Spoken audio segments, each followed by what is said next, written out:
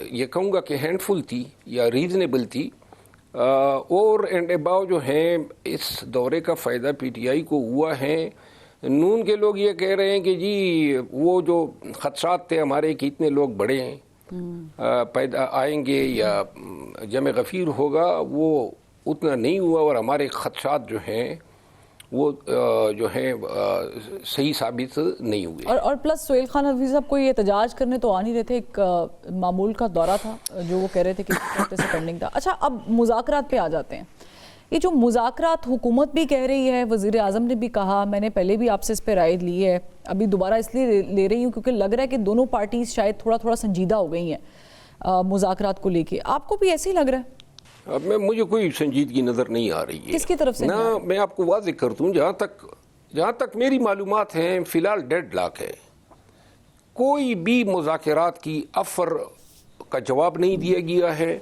آپ نے انٹرو میں بھی کہا یہ جو شرائط ہیں غیر مشروط طور پہ یا بلیک میلنگ کے جو الفاظ آئے، اس کے ہوتے ہوئے ٹی او آرز تو ڈیسائیڈ ہو ہی نہیں سکتے۔ سب سے اہم چیز جو ہے وہ ہے 8 فروری کے الیکشنز، جس کے بعد یہ ساری چیزیں ہوئی، ریزرو سیٹوں کے فیصلے ہوئے، لیکن حکومت چاہتی ہے 8 فروری کے الیکشن پہ کوئی بات ہی نہ ہو۔ تو یہی میں بتا رہا ہوں نا کہ اس پہ بات ہی نہیں ہوگی۔ اگر اس پہ بات ہوگی تو پھر تو یہ جو سبسیکوئنٹلی جتنا بھی عمل ہوا ہے وہ سارا وائڈ ہے۔ اگر اس پہ بات ہوتی ہے تو پھر تو حکومت خود جو ہے اڈیالہ میں اور کوٹ لکھپت میں بیٹھی ہوگی۔ تو یوں جو ہے بہت گیپ ہیں دونوں کے بیچ، ان کو نزدیک کیا چیز لا سکتی ہے؟ مطلب ہے پی ٹی آئی کو 2.5 لاکھ کی صورت میں کیا ملے گا؟ سینٹر آف اٹریکشن کیا ہو سکتا ہے؟ کی رہائی۔ میں نے عرض کیا نا، دیکھیں پی ٹی آئی کو تو اس وقت بھی یہ امید دی گئی کہ جی ہم آپ کو سسٹم میں یعنی مستقبل بعید میں واپس لانے کا موقع دے سکتے ہیں، اور اس حوالے سے جو ہیں چند ایک ریلیف ہو سکتے تھے جو وقت کے ساتھ ہم نے شاید گنوائے یا پھر قسمت کوئی منظور نہیں تھا۔ لیکن میں یہ عرض کر دوں کہ ہر گزرتے دن کے ساتھ یہ گیپ بڑھتی جا رہی ہے، اور پی ٹی آئی جو ہے اس کے پاس آپشن جو ہے کم سے کم تر ہوتے جا رہے ہیں۔ آپ نے بات کی نا احتجاج کی، احتجاج جو ہے مجھے ہوتا ہوا قطعا نظر نہیں آ رہا ہے کہ کوئی احتجاج ہوگا۔ البتہ یہی ہوگا وزیر اعلیٰ صاحب اپنے تئیں یہ ایکٹیویٹیز جاری رکھیں گے، سندھ بھی جائیں گے، شاید بلوچستان بھی چلے جائیں، اور یوں اسی میں جو ہیں چند مہینے تو نکل جائیں گے۔ باقی آگے کا خان کا ریئیکشن کیا آتا ہے یہ وقت بتائے گا۔ اچھا، اس پورے ایپیسوڈ میں محمود خان اچکزئی صاحب کے رول کو بڑا اپریشیٹ کیا جا رہا تھا۔ ابھی ان کے پاس اختیار تو ہے، خان صاحب نے کہا ہے کہ وہ مذاکرات کریں، لیکن آپ کو کہاں رکاوٹ لگ رہی ہے؟ کہاں محمود خان اچکزئی صاحب کے ساتھ حکومت بیٹھ نہیں پا رہی، یا وہ بیٹھ نہیں پا رہے، کوئی تیسرا فریق ہے جو بٹھا نہیں پا رہا؟ دیکھیے محمود خان اچکزئی صاحب کی بڑی نازک پوزیشن ہے۔ ایک طرف آپ نے کہا کہ خان نے اختیار دیا ہے، خان کا جو اختیار ہوتا ہے وہ صرف الفاظ کی حد تک تو ہوتا ہے کہ جی ٹھیک ہے آپ بات کریں، لیکن ہر چیز خان کے نوٹس میں لائے بغیر، ان کو اعتماد میں لائے بغیر اتنے بڑے فیصلے کس طرح ہو سکتے ہیں؟ تو لہذا اختیار رہے گا اڈیالہ میں، اور اس اختیار کے نمائندے کے طور پہ وہ آگے بات کر سکتے ہیں، یہ مجھے علم ہے، کیونکہ محمود خان اچکزئی بھی اپنے اوپر کوئی ایسا بلیم نہیں لینا چاہیں گے کہ تاریخ میں اس کو یہ یاد رکھا جائے کہ جب ان کو مینڈیٹ دیا گیا تو انہوں نے جو ہے بہت ہی کم شرائط پہ راضی نامہ کر لیا۔ دوسری بات یہ ہے کہ محمود خان اچکزئی موجودہ وقت میں اسٹیبلشمنٹ اور حکومت کو قبول ہی نہیں ہے۔ ان کی الیکشن جو ایز اے اپوزیشن لیڈر ہیں وہ نوٹیفیکیشن سے حکومت تقریباً انکار کر چکی ہے۔ تیسری بات یہ ہے کہ پی ٹی آئی میں وہ لوگ جو اسٹیبلشمنٹ کے ساتھ بات کرنا چاہتے تھے انہوں نے محمود خان اچکزئی صاحب سے بات بھی کی ہے، اور انہوں نے واضحتاً سب کو منع کیا ہے کہ کوئی بات نہیں ہوگی۔ یعنی کہ آپ کہہ رہے ہیں کہ حکومت محمود خان اچکزئی صاحب کے ساتھ بات نہیں کرے گی اور نہ اسٹیبلشمنٹ کرے گی، بٹ نہ تو ان پہ 9 مئی ہے نہ 26 نومبر ہے۔ دیکھیں 26 نومبر میں آپ کو عرض کر رہا ہوں نا، کب سے ان کو اپوزیشن لیڈر کے طور پہ نامزد کیا ہے؟ ان کا اعلان ہاں جی نہیں ہوا، کیوں نہیں کیا جا رہا؟ اور اعلان ہی نہیں، ابھی اسمبلی سے اب نوٹا ناٹی ہو رہی ہے کہ جی یہ عمر ایوب خان کا یہ لیٹر درکار ہے، مقدمات کی تفصیل چاہیے، اور اس میں 6-7 ماہ گزارے جا سکتے ہیں۔ دوسرا یہ ہے کہ محمود خان اچکزئی صاحب جو ہیں انہوں نے کچھ ہارڈ سٹیٹمنٹ دیے پارلیمانی کمیٹی کی میٹنگ میں، جس پہ بہت ہی بڑا ریئیکشن آیا حکومت کی طرف سے، ان کے خلاف ریزولوشن لے آئے اسمبلی میں، اور کہ جی یہ جو الفاظ ہیں کہ ہم اسپیکر کے آفس کے ساتھ یا کرسی کے ساتھ یہ وہ کریں گے، وہ ریزولوشن جو ہیں بیرسٹر گور صاحب اور بذات خود اسپیکر ایاز صادق صاحب کی اپنی ذاتی کوششوں کی وجہ سے پاس نہ کرایا گیا، لیکن ایک اندیا، ایک پیغام تو دیا گیا کہ جی ہم آپ کے خلاف پارلیمان کی طرف سے ریزولوشن بھی اگر محمود خان بھی ناپسندیدہ شخصیت میں آ چکے ہیں، پی ٹی آئی کی جو موجودہ قیادت ہے اس کے بارے میں تو آپ بھی بتا چکے ہیں متعدد بار کہ وہ سنجیدہ نہیں ہے، تو پھر حکومت کس کے ساتھ بات کرے گی؟ اڈیالہ وہ جانا نہیں چاہتی، پیچھے بچ جاتا ہے کوٹ لکھپت۔ میرا خیال ہے کہ یہ مذاکرات کا اختیار جو ہے وہ خان صاحب کو جو ہے محترمہ علیمہ خانم کو دینا چاہیے۔ اچھا، وہ میرا خیال ہے زیادہ پرفارم کرے گی اچھا پی ٹی آئی کے لیے اور خان کے لیے بھی، تاکہ پھر آگے کوئی شک بھی نہ رہے، اور ویسی بھی 110% پی ٹی آئی جو ہیں اب ان کی تحویل میں ہے۔ تو بشرا بی بی کو آپ نے بالکل ہی اومٹ کر دیا اس لسٹ میں سے۔ علیمہ خانم کے بارے میں تو کہا جا رہا ہے کہ وہ آتی ہیں تو ٹویٹ آ جاتا ہے، وہ آتی ہیں تو کوئی نہ کوئی بات آ جاتی ہے، آپ کی ذمہ داری کو نبھائیں۔ میں عرض کروں نا، دیکھیں یعنی اے بی کو کہے، بی سی کو کہے، وہ سی جا کے ڈی کو کہے کہ جناب یہ بات کرنی ہے یا نہیں کرنی ہے، تو اے ڈائریکٹ خود کیوں نہ بیٹھ جائے؟ بہتر نہیں ہے۔ اور ملاقات کے حوالے سے جو ہیں وہ اے جو کہتی ہیں کہ مجھے اگر نہیں ملاتے تو پھر بی اور سی بھی نہیں ملیں گے، بشرا بی بی کی فیملی کی ملاقاتیں بھی نہیں ہوں گی، اور یہی ہو رہا ہے۔ لیکن وہ تو پولیٹیکل پرسنالٹی نہیں ہے، وہ تو کہتی ہیں، انہوں نے ایک انٹرویو میں نے ان کا دیکھا تھا، انہوں نے کہا کہ ہم نے پالیٹکس میں آنا ہوتا تو ہم کب کے آ جاتے۔ وہ تو پولیٹیکل نہ شخصیت ہے، نہ ان کے پاس کوئی عہدہ رہا ہے، نہ وہ پالیٹکس میں اس طرح ان ہے، وہ تو اپنے بھائی کی نمائندگی کر رہی ہیں، تو وہ کیسے اسٹیبلشمنٹ یا حکومت کے ساتھ، اور حکومت اور اسٹیبلشمنٹ کیوں بیٹھے گی جب ان کے پاس کوئی عہدہ نہیں ہے؟ دیکھیں میں جو آپ کے سامنے بیٹھا ہوں انہی کی سیاست کا مارا ہوا ہوں، اور بائی ہی کی وجہ سے ایک مقام جو ہیں وہ بنا چکی ہیں، تو اس وجہ سے اگر الفاظ کی حد تک غیر سیاسی کہنا ہے تو کہہ دیں، باقی تو محترمہ بڑے کروفر اور شد و مت کے ساتھ سیاست کر رہی ہے۔ نہیں دیکھیں نا مروت صاحب، اب آپ کے پاس جو ہے آپ ممبر قومی اسمبلی ہیں، ایک بڑا ٹیگ ہوتا ہے، ایک بڑا ستارہ ہوتا ہے ممبر قومی اسمبلی ہونا، اعزاز کی بات ہوتی ہے۔ علیمہ خانم صاحبہ کے پاس کیا اعزاز ہو سکتا ہے؟ بیرسٹر گور کی جگہ کوئی آپ ریپلیسمنٹ دیکھ رہے ہیں ان کی؟ یہی سمجھ آ رہی ہے؟ نہیں، میرا خیال نہیں ہے کہ ان کو، دیکھیں وہ بیرسٹر گور کی جگہ پہ پہلے سے بیٹھی ہوئی ہے نا۔ اچھا، اختیار کون استعمال کر رہے ہیں، فیصلے کون کر رہے ہیں؟ اور یہ آئے دن ابھی پولیٹیکل کمیٹی بنی ہے، جہاں تک میری معلومات ہیں 2 افراد ان کی مرضی کے منافی ہیں، عمر ایوب صاحب اور شبلی فراز صاحب، تو لہٰذا ان کے بھی دن گنے ہوئے ہیں پولیٹیکل کمیٹی میں۔ جنید اکبر خان صاحب کی بھی دن مجھے گنے ہوئے نظر آ رہے ہیں ایز صوبائی صدر خیبر پختونخوا۔ تو یہ فیصلے سارے انہی کی طرف سے آئیں گے، اور اگرچہ وہ ہیں غیر سیاسی، یہ ضرور جو غیر سیاسی ہیں انہوں نے گنے ہیں۔ ٹھیک ہے، آپ کہہ رہے ہیں کہ وہ غیر سیاسی ہیں لیکن دن جو ہیں وہ گننے میں ماہر ہیں۔ لیکن آپ چلے، میں اسی تھیری پہ مروت صاحب مجھے شرارتی ایک سوال آ گیا، اسٹیبلشمنٹ اور حکومت کیوں بیٹھے گی علیمہ خانم کے ساتھ؟ کیا مفاد ہے، کیا ملے گا؟ اسٹیبلشمنٹ اور حکومت؟ ہاں نہیں، حکومت اور اسٹیبلشمنٹ کی ابھی کوئی خواہش ہی نہیں ہے بیٹھنے کی۔ یہ تو وزیر اعظم صاحب نے جو ہے میرا خیال ہے کہ عذرائے تفننی بیان دے دیا کہ جی ہم ڈائیلاگ کرنا چاہتے ہیں لیکن غیر مشروط اور بلیک میل نہیں ہوں گے، تو پھر کس چیز کے مذاکرات ہوں گے؟ مذاکرات میں آپ جب مخالف کو بلاتے ہیں تو آپ ان کے ساتھ مقدمہ یا جو حقوق ہوتے ہیں ان پہ ایشوز بنتے ہیں کہ جی یہ بات غلط ہے، یہ ماننا ہے، یہ ماننا ہے۔ اب وہ کون سی بات مانیں گے؟ تو ماننا تو کچھ بھی نہیں ہے، تو لہٰذا کیا چیز صاحب کی رہائی کے لیے کوشش ہو رہی ہے؟ کیونکہ فواد چودھری صاحب کو آپ نے اپریشیٹ بھی کیا، میں نے آپ کا کلپ بھی دیکھا، پروگرام میں آپ بیٹھے ہوئے تھے، آپ نے اپریشیٹ کیا ان کی کوششوں کو، وہ بھی لگے ہوئے ہیں، کوشش کر رہے ہیں، عمران اسماعیل بھی ساتھ لگے ہوئے ہیں، بٹ ظاہر ہے کہ ان کے پاس بھی پی ٹی آئی کے اندر کوئی عہدہ نہیں ہے، وہ ان کو پی ٹی آئی والے باندھتے نہیں ہیں. آپ کو کون لگ رہا ہے اس وقت جو ہو سکتا ہے کہ can be a bridge in between establishment and the rest? کوئی ہے لنک میں؟ دیکھیں اب یہ ان کی انفرادی کوشش ہے اور ستائش کے قابل ہے نا. ان کو کیا پڑی ہے؟ اپنے تئیں کبھی ایک جگہ کے چکر کر رہے ہیں، کبھی دوسری جگہ کے.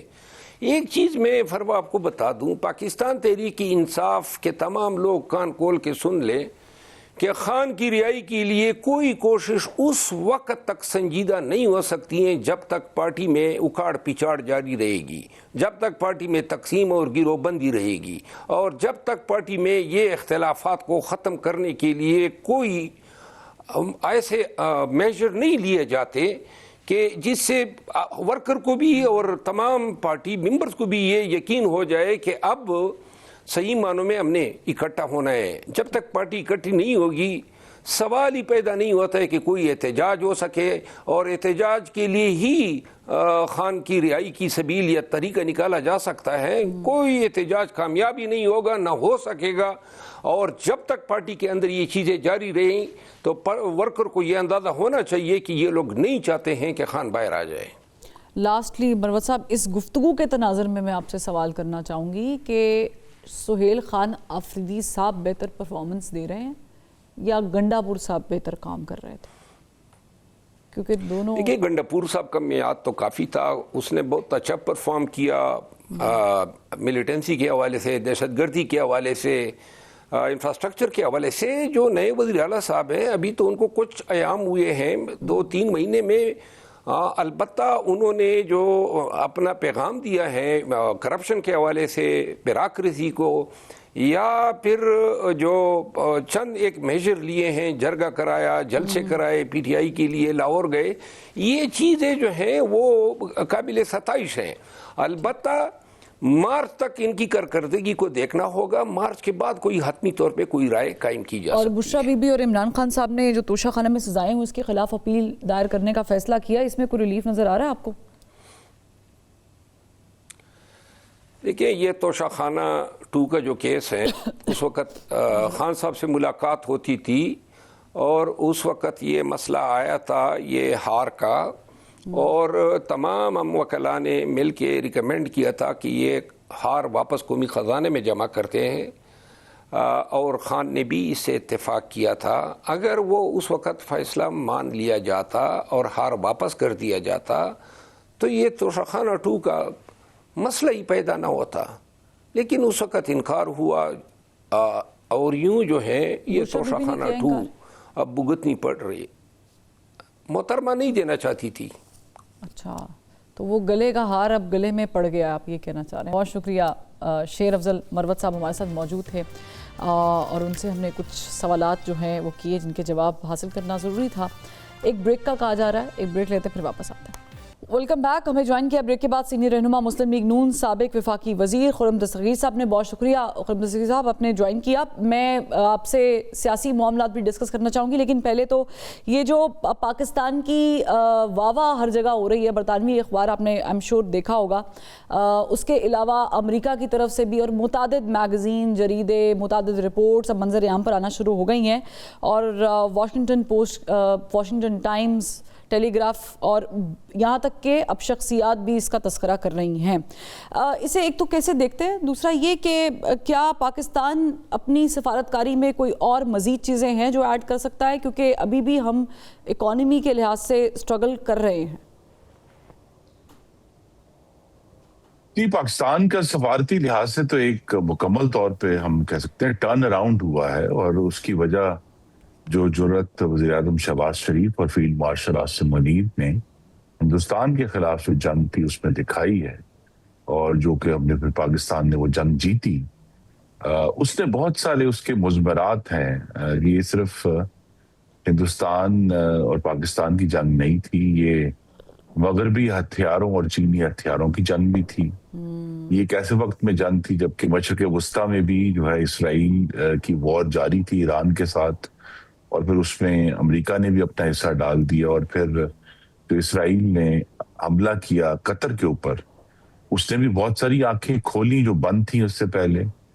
اور پاکستان جو اس جنگ سے پہلے ہمیں یوں لگتا تھا کہ بہت کہتے تھے, مایوسی پھیلاتے تھے اور کہتے تھے دیکھیے لاجک یہ کہتا ہے کہ پاکستان ریلیونٹ ہو گیا.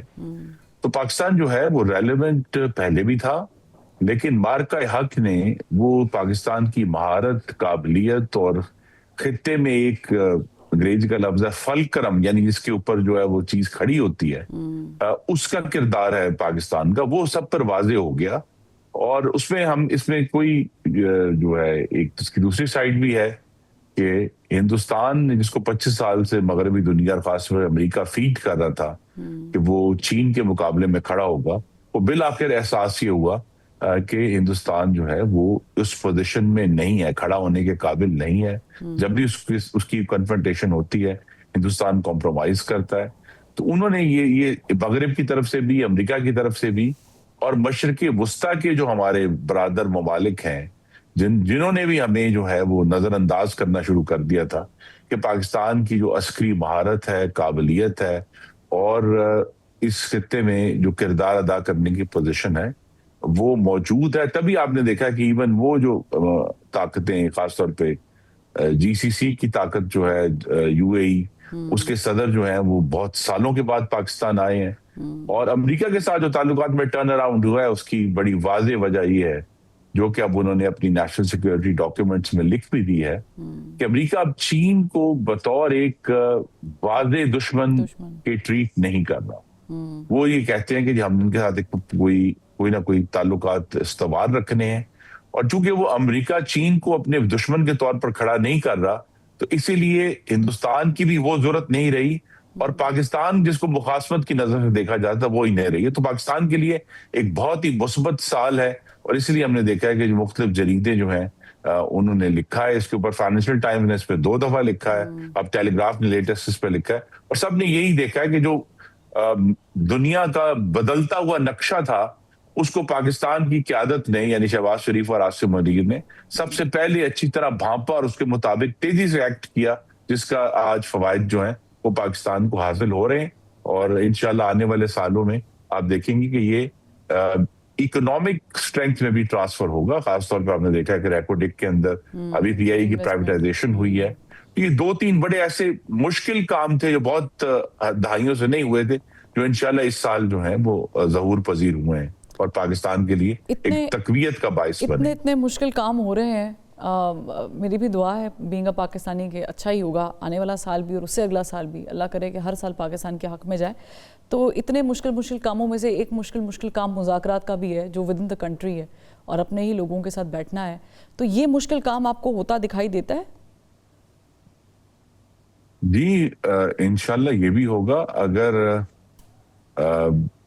حکومت بھی اس کے اوپر سوچ پرچار کرے, اور خاص طور پہ تحریک انصاف جو 13 سال سے ایک صوبے میں حکمران ہے وہ بھی اس کا فیصلہ کریں کہ مذاکرات کس بیماری کا علاج ہے. ہمارے پاس علاج ہے پر ہمیں یہ نہیں پتا بیماری کیا ہے.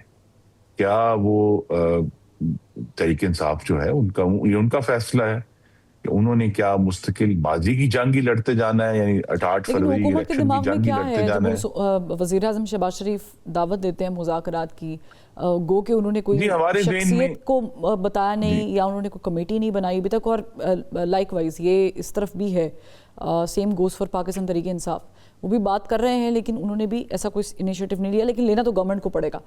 تو یہ جب کہتے ہیں کہ مذاکرات کریں تو کیا ذہن میں ہوتا ہے؟ نہیں, گورنمنٹ نے دیکھیں انیشیٹو لیا ہے. پہلے شہباز شریف صاحب نے یہ بات کی, اس سے چند دن پہلے یا ہفتہ 10 دن پہلے اسپیکر قومی اسمبلی نے 2 دفعہ پچھلے قومی اسمبلی کے اجلاس میں یہ دعوت دی. تو جو وزیر اعظم کمیٹی بھی بنا سکتے ہیں اگر وہ چاہیں, لیکن ان مذاکرات کی جگہ پارلیمان ہے جو کہ عوام کے منتخب نمائندوں کا گھر ہے.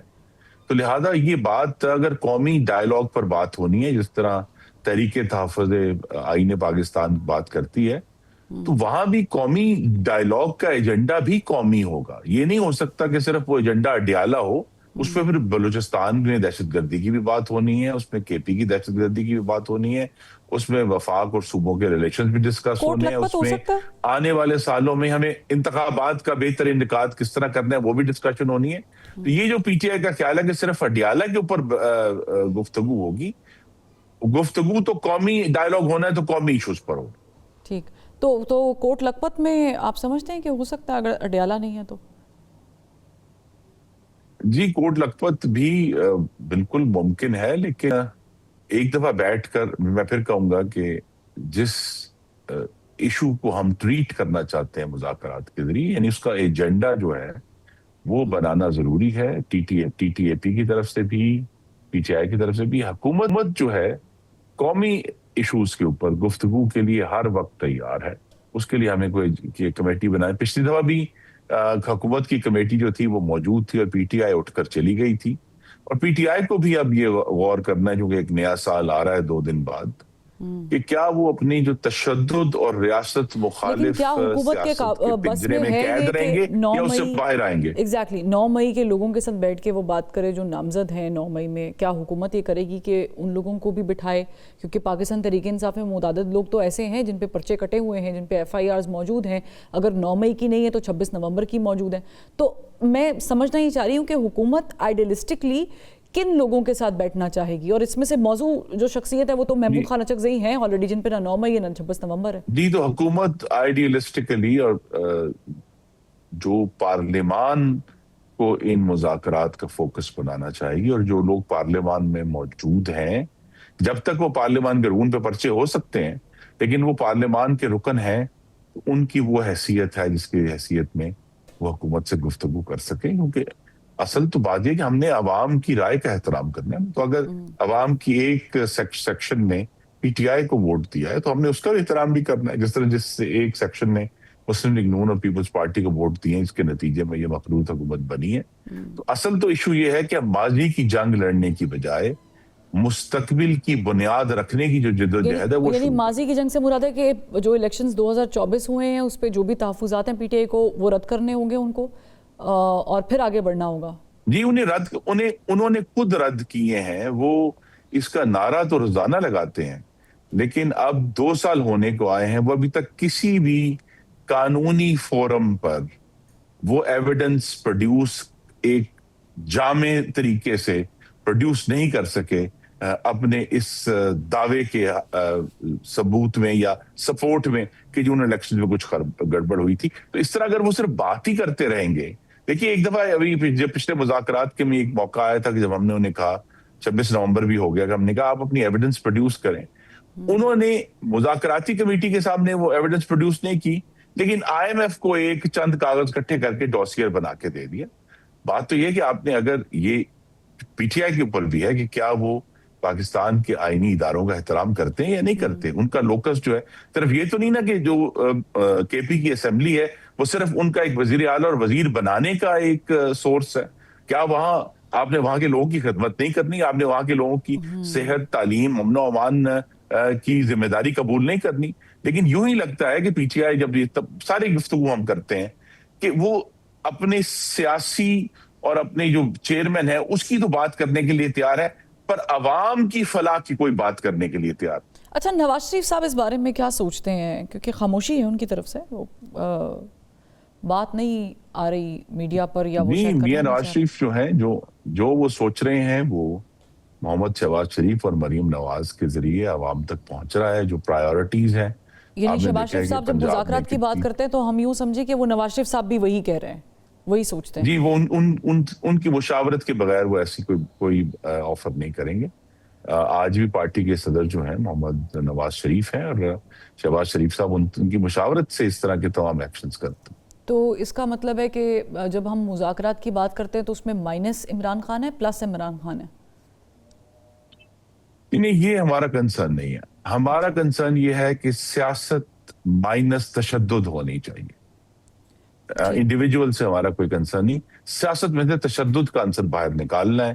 کہ سیاست میں شہیدوں کی یادگاریں کوئی جماعت نہ بے حرمتی کرے, کوئی جماعت جو ہے وہ سرکاری املاک کو, ریڈیو پاکستان پشاور کو اور جناح ہاؤس لاہور کو آگ نہ لگائے, کوئی جماعت جو ہے وہ 300 جو ہے پولیس اہلکاروں کی ہڈیاں نہ توڑے, کوئی جماعت پولیس کی درجنوں گاڑیاں جو ہے ان کو آگ نہ لگائے, ان کے اوپر تیزاب والی بوتلیں نہ پھینکے, اور کوئی جماعت جو ہے جب اس کا ایک احتجاج ہو تو پھر 5 رینجرز اور 1 پولیس مین کی جانیں نہ جائیں. تو ہم نے جو چیز مائنس کرنی ہے وہ ذات نہیں ہے, ہم نے تشدد مائنس کرنا ہے پاکستان کی سیاست. جو بھی سہیل خان افریدی صاحب لاہور آئے, دورہ کیا انہوں نے, کل انہوں نے صحافیوں سے بھی ملاقات کی, اس کو کیسے دیکھ رہے ہیں آپ نہیں سمجھتے کہ بڑا اچھا ویلکم کرنا چاہیے تھا پنجاب حکومت کو ان کا, بجائے یہ کہ وہ بھی الفاظ کے نشتر چلاتے ہیں, دیکھیے نا, دیکھیے جو ہمیں یہ بات ابھی تک اگر نہیں سمجھنا ہر صورت پڑے گی کہ جو سیاستدانوں کی گفتگو ہے وہ بے ضرر نہیں ہو سکتی, یعنی اس کا کوئی یہ نہیں ہو سکتا کہ اس کو کوئی افیکٹ نہیں. تو جو پولیٹیکل سپیچ ہے اس کے نتائج نکلتے ہیں. اگر اچھی اور رواداری کی پولیٹیکل سپیچ ہوگی اس کے بھی نتائج ہوں گے. اگر جس طرح پی ٹی آئی کا ہے, ان کی سپیچ میں ہر دوسرا جملہ تشدد اور دھمکی کا ہوتا ہے, اپنی بندوقیں صاف کر لو. ایک دفعہ پچھلے وزیر اعظم نے کہا ہم بینڈ باجے لے کر آئیں گے, اگر آپ کو یاد ہو تو. اور جو اس طرح کی گفتگو ہے, اگر یہی, اور میں پھر سہیل آفرین صاحب کو دعوت دوں گا کہ اگر وہ یہ ساری جو لاہور کا دورہ کرنا چاہتے ہیں پنجاب کا, تو اس کو جو صحیح طریقہ ہے کہ حکومت پنجاب کے ساتھ رابطہ کر کے پراپر طریقے سے ان کو جو ان کی حکومت پنجاب کا استحقاق ہے وہ مانیں, جو ان کی خواہش ہے.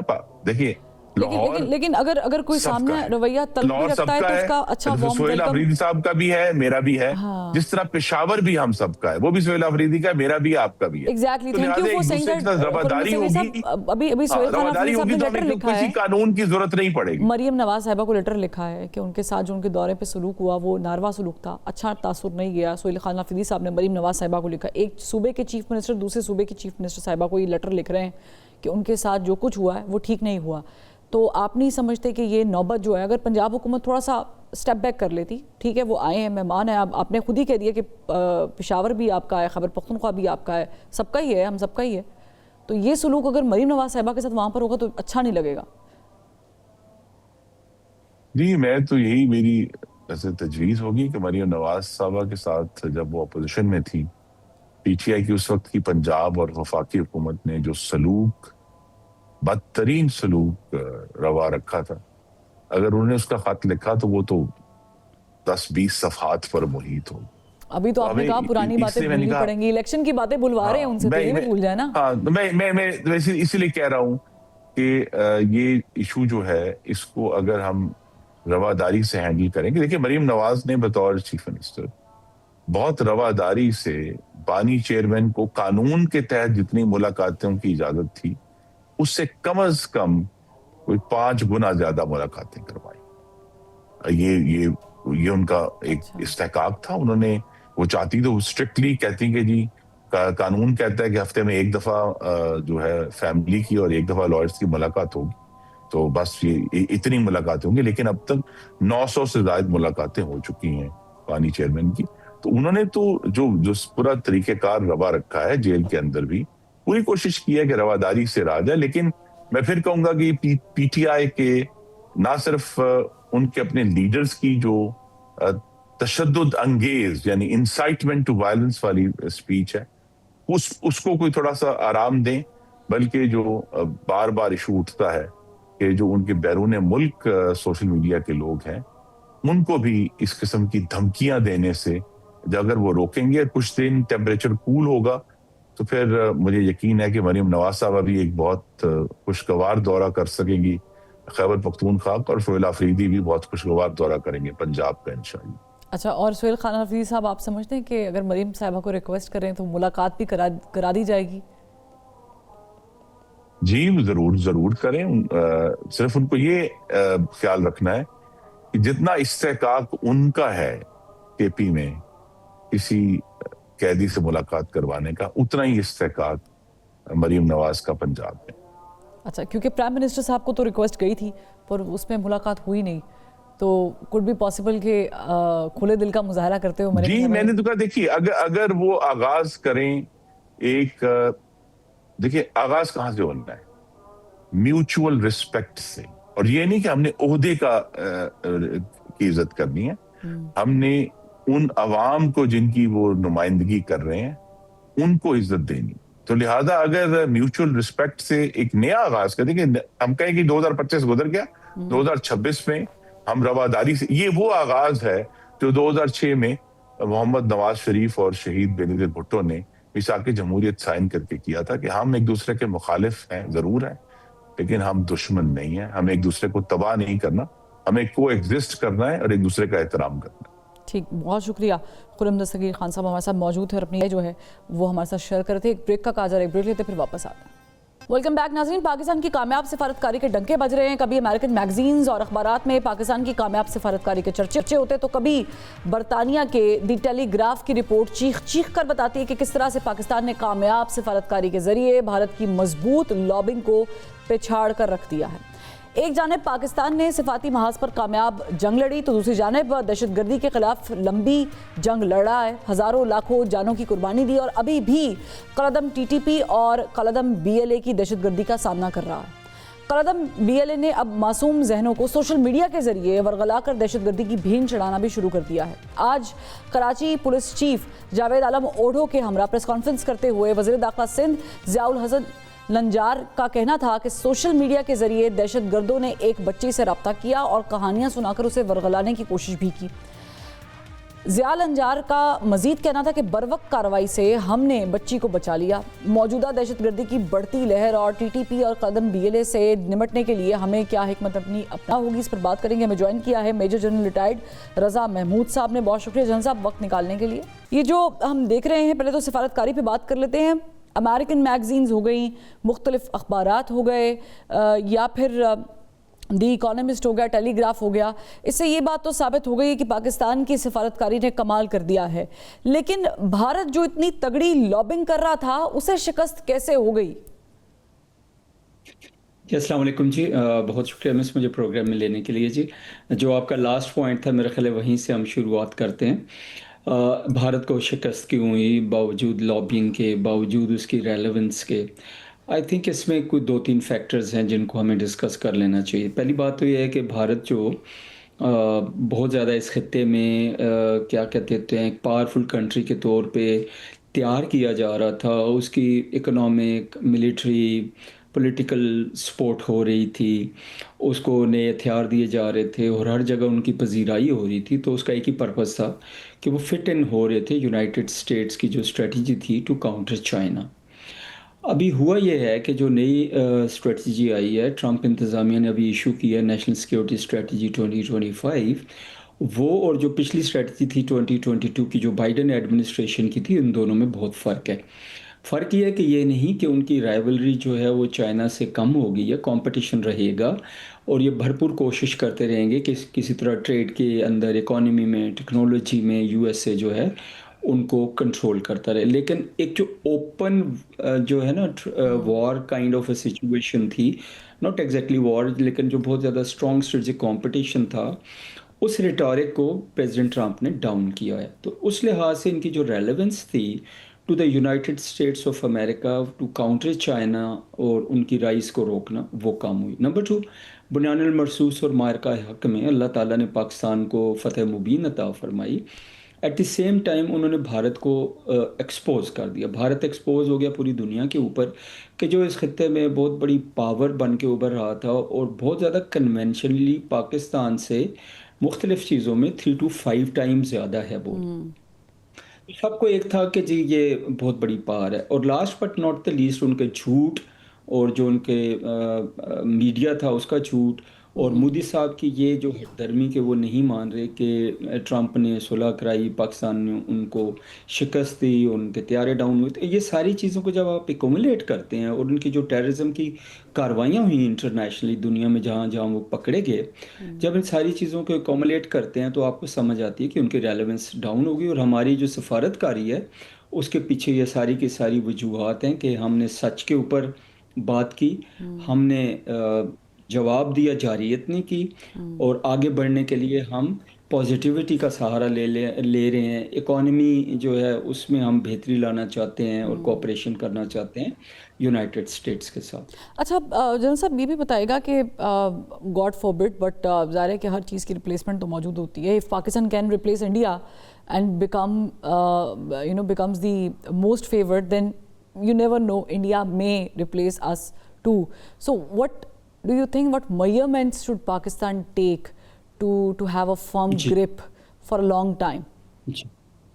جی میئرس بہت پہلی بات تو یہ کہ must appreciate it is a very very good question and it is lurking in ایوری ونس مائنڈ. ہر ایک کے ذہن میں یہی سوال دوڑ رہا ہے کہ آج تک جو ہمارا جتنی دفعہ بھی امریکہ کے ساتھ کلوزنس ہوئی، اسٹریٹجک پارٹنرشپ ہوئی، بیچ میں ہمیں نان نیٹو ایل آئی بھی انہوں نے بنا دیا and so and so forth, تو ہر دفعہ جب ان کے آبجیکٹیوز اچیو ہو جاتے ہیں تو پاکستان کی ریلیونس آف کورس کم ہو جاتی ہے. ایک تو یہ بات ہے. دوسری بات جو آپ کہہ رہی ہیں کہ اٹ از کوائٹ لائکلی کہ اگر پریزیڈنٹ ٹرمپ انڈیا سے ناراض ہیں اس بات پہ کہ انہوں نے رشیا کا جو ہے آئل خریدتے ہیں، رشیا کا آئل خرید کے اس کو ایکسپورٹ کرتے ہیں اور وہ یو ایس کی مارکیٹ کو انہوں نے قابو کیا ہوا ہے، تو جب ان کی یہ چیزیں ٹھیک ہو جائیں تو اٹ از کوائٹ لائکلی کہ ان کے تعلقات دوبارہ بہتر ہو جائیں. میں ریکویسٹ کرنا چاہوں گا ان کے اوپر ہم کام کر سکتے ہیں. ایک تو یہ ہے کہ جو ہمارا جو اکنامک اور منرلز اور آئل گیس اور ایجوکیشن اور ٹیکنالوجی میں جو بھی کوآپریشن امریکہ کے ساتھ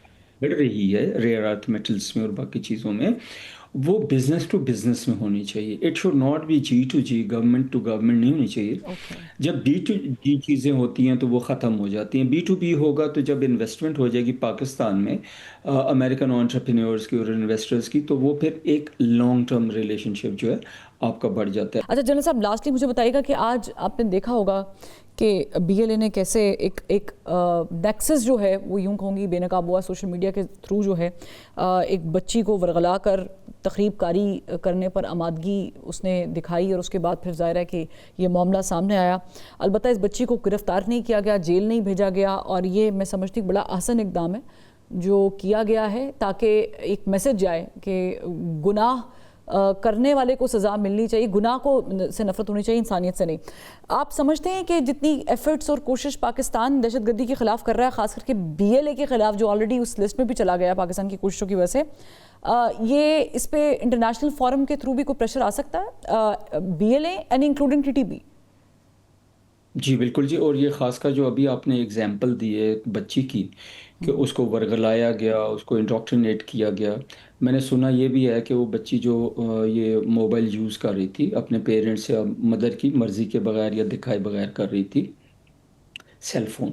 تو سب سے پہلی بات تو یہ ہے کہ ہمیں اپریشیٹ کرنا چاہیے گورنمنٹ مشینری کو اور لا انفورسمنٹ ایجنسیز کو کہ انہوں نے یہ سارا کچھ پکڑ لیا، کہ سکسیزفلی پکڑا. نمبر 2 جو باقی دنیا میں بھی ہو رہا ہے کہ سوشل میڈیا کا جو یوز ہے بچوں کے لیے، آپ نے دیکھا ہوگا کہ آسٹریلیا نے بین بھی کر دیا 16 ایئرس سے کم کے لیے. آئی ڈونٹ نو اس رقم میں سخت قدم کرنا ہے نہیں کرنا، لیکن بہت ساری رسپانسبلٹی ٹیچرز پہ، پیرنٹس پہ بھی عائد ہوتی ہے. آئی تھنک یہ بہت احسن اقدام تھا کہ ایک تو وہ ہے بھی لڑکی ہے، فیمیل ہے، اور ہے بھی وہ کیا کہتے ہیں انڈر ایجڈ آتی ہے بچی ہے، تو اس کو اریسٹ نہ کرنا I think it will send a very very good message. B L A بھی جو اور مجید بریگیڈ کو انٹرنیشنل جو ٹیررسٹ ڈکلیئر کیا یونائٹڈ اسٹیٹس نے، وہ ایک بڑی خوش آئند بات ہے.